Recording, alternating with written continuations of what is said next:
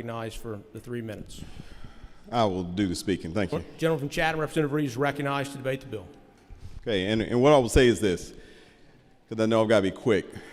10:30, we were here ready to do business. We started at 11:30. 11:30, we were thinking we'd have a little time to debate. We don't. I want to express on behalf of the caucus, that's pretty frustrating. This is serious. So I will try to be as concise as possible. I will tell you what I told you in committee yesterday. I'm not getting into fairness. I'm not getting into what should or shouldn't happen. I'm not getting into process. We've decided to be who we're going to be. Here's what I'm telling you. One day it's you. I'm scared. I'm not angry. I am frightened. Indiana Senate Republicans say they do not have votes to pass mid-cycle redistricting despite a pressure campaign from the White House, according to a spokesperson for Senate President Pro Tem Roderick Bray. How was he answered? An immediate answer from a campaign manager, not an elected official, who said, oh yeah, now the real fun begins. I don't know any other way to interpret that if I'm the President Pro Tem of that Senate, except I just got threatened.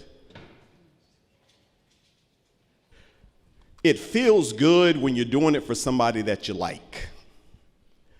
But everything we do in this building has to be done based on what happens when it's a guy I don't like.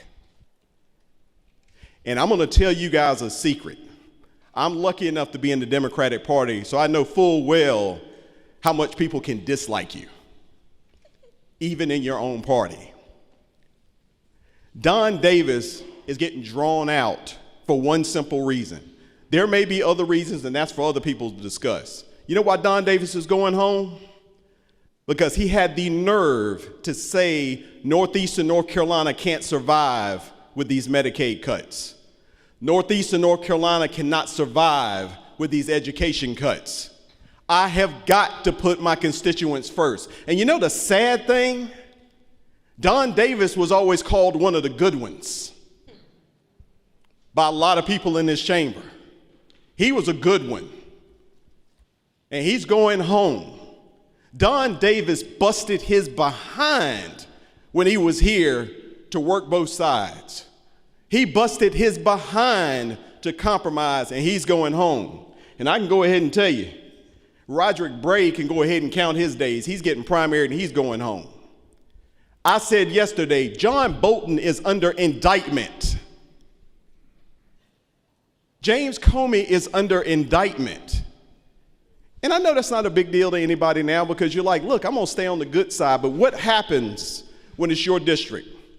What happens when the people who put you up here say we can't do what they're asking us to do? You're right, it's been transparent, but I'm not going to get into why we're doing this because I'm not in the room. I know what the news has reported. I know what the quid pro quo is supposed to be for this. And what I know is the House didn't draw this map. The House wasn't asked their opinion. And the House is getting nothing out of this except for to be able to say that we are doing what we've been asked to do. What I can say candidly is this, and I remember this as clear as day. My 8 years out of 11 were spent with Roy Cooper. And I can't tell you how many times I sat there and listened to somebody say, don't you just do what Roy Cooper says. He's not your boss. You're in the legislature. I mean, I think I heard that every week. And I replied, I like Roy Cooper a lot, but he doesn't tell me what to do. I do what I think is best for my folks back home. Because ultimately, whatever he feels about me, there's going to be another governor. Whatever he feels about me, there are going to be other people I've got to answer to. And whatever he feels about me, the most important people in my life need to be able to look me in the face and then look their friends and family in the face and say, whether you agree with him or not, he did what he thought was going to help you guys out. And that's done. That ends today. Because you can't tell me that out of 71 members, there's not one district that's getting hurt right now by the president's agenda. This isn't about how you feel about this person. There's always going to be another person. We've had members serve for 40 years up here. Do you know how many presidents and governors those members go through? But this body stays because we are the last line of defense for this state. We are the last line of defense for the people who got us here. Do you know how hard, all of you have been through this that have been in rural counties, do you know how hard it is to lift yourself up when everything is lined up against you? Do you know how many good benefits, lucky breaks you've got to get to end up how you end up here? And do you know how many times one thing going bad, one bit of government money not showing up, one program, one service not being there, and you're back home, and you're working somewhere, you're making $7.45 an hour because you didn't know the right people at the right time. And that's not what this country was built on. And it is shocking to me. It is shocking to me where we are right now. This is easy. If you are Republican in this state and in this country, you can run anything. Every last one of you can stand up and say, nah, I'm not doing this. And you know what can happen to you? Nothing. You've got a working supermajority, according to the newspapers. You can pass any bill at any time, do anything you want. And we're passing a bill right now for somebody that won't even sit in the room and talk to you about the budget, which is the only job we've got. And I don't know why, and I don't care why, and it's not my business. But at some point in time, I'm not telling anybody they're going to lose office. I'm not telling you that the voters are going to make you pay and all that. I don't know what the voters are going to do. I never know. What I do know is this: there is somebody you care about back home who is going to suffer with these cuts. There's somebody who is going to die because of these cuts. There's some brilliant child at home whose chances are now cut off because they're just not going to have the money for a school. They're just not going to have the ability to go to a university. They're just not going to have the ability because their ability is in science and there are no science jobs at home and they can't leave. And I can't feel good about that. So I appreciate Don Davis. I appreciate Tom Tillis, who is being sent home, who used to be right up there. Tom Tillis is the reason half of the Republican caucus is here right now. Tom Tillis is one of 5 people who created the supermajority.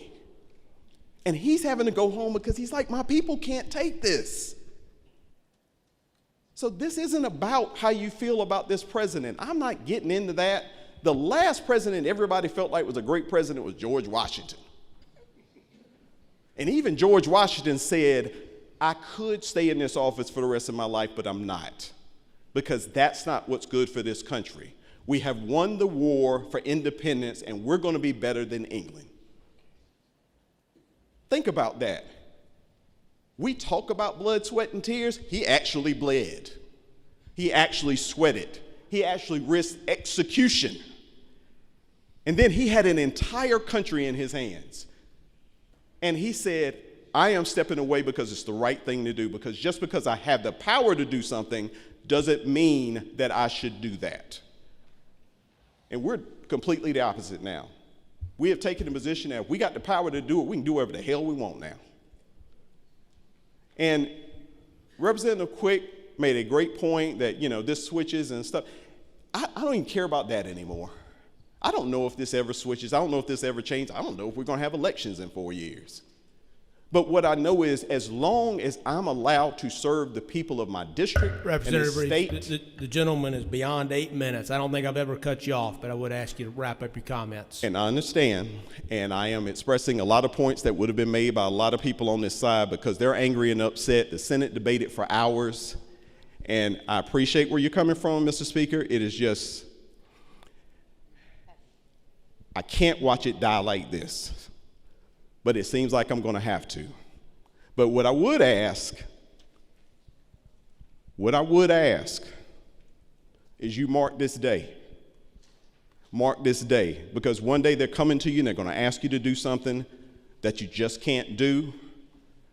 And because we have set the precedent that only one person in the party matters, you're going home. You've got a chance to vote no. Be like Indiana. Be like all these other states who just said, nah, we're just not doing this. Or we've got a chance to do what we're told and then one day look up and say, God, I wish that hadn't happened. I wish I had taken that moment. Thank you. Question.